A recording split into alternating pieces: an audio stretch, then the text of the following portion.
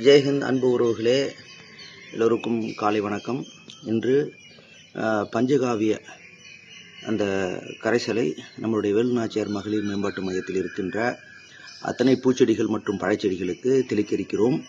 5 litre தண்ணீரில் 100 to 150 ml பஞ்சகாவியத்தை நன்றாக குலுக்கிவிட்டு அதை பயன்படுத்த வேண்டும்.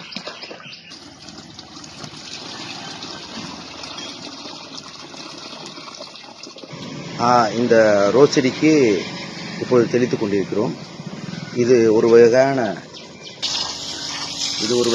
போகன் விழா என்கின்ற காகிதப்பூ, அந்த பூச்செடி. மஞ்சள் அரளி, அதுக்கும் தெளித்து கொண்டிருக்கிறோம். அடுக்கு செம்பருத்தி, எல்லா இலையிலையும் படுற மாதிரி தெளிக்கணும். இதுவும் ஒரு வகையான செம்பருத்தி, அதில் நல்ல வேரில் படுற மாதிரி நல்லது. இது நம்ம சாமிக்கு நம்ம எடுக்கிறதுக்கான பூ. இது ஒரு வகையான செம்பருத்தி.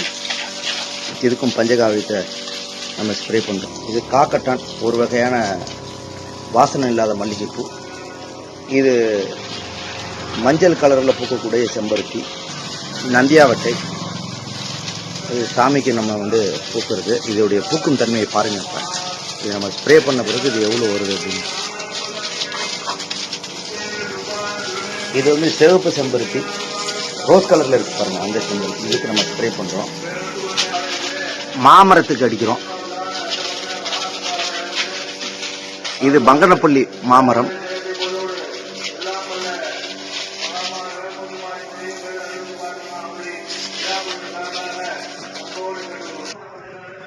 ஒரே கிளையில் 3 வித சுவை கொண்ட மாமரம். பங்கனப்பள்ளி, இமாம் பசந்த், செந்தூரா, மல்கோவா, அல்போன்சா என்ற பல வகைப்பட்ட பழங்களை இந்த ஒரு மரத்தில் நாம் பெறலாம்.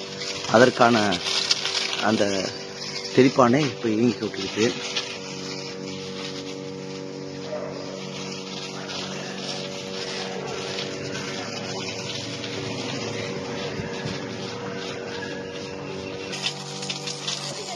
திராட்சை, துளசி, எல்லா நேரத்திலும் காய்க்கக்கூடிய கொய்யா, ஆல் டைம் தமிழகத்துடைய பாரம்பரிய கொய்யா.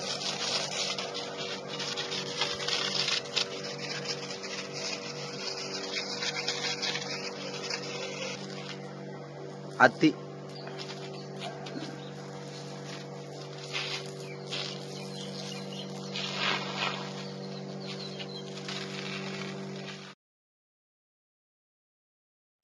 ஜெய்ஹிந்த் மேம்.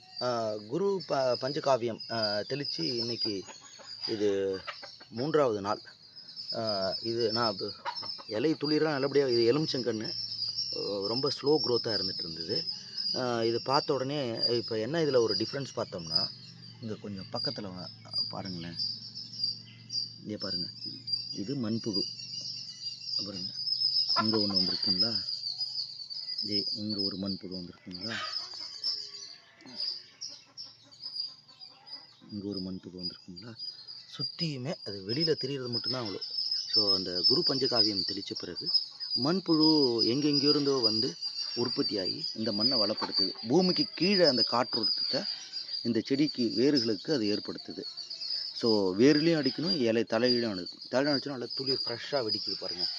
எலுமிச்சை ரொம்ப ஃபாஸ்ட்டாக வளருமா என்னன்னு தெரியல. இதோட லென்த் அண்ட் க்ரோத் பார்த்துக்குங்க. ஸோ ஆஃப்டர் 10 days நம்மளுடைய இதோடைய வளர்ச்சியை உங்களுக்கு திரும்பி அப்டேட் பண்ணுறேன் மேம். ஜெய்ஹிந்த் மேம்.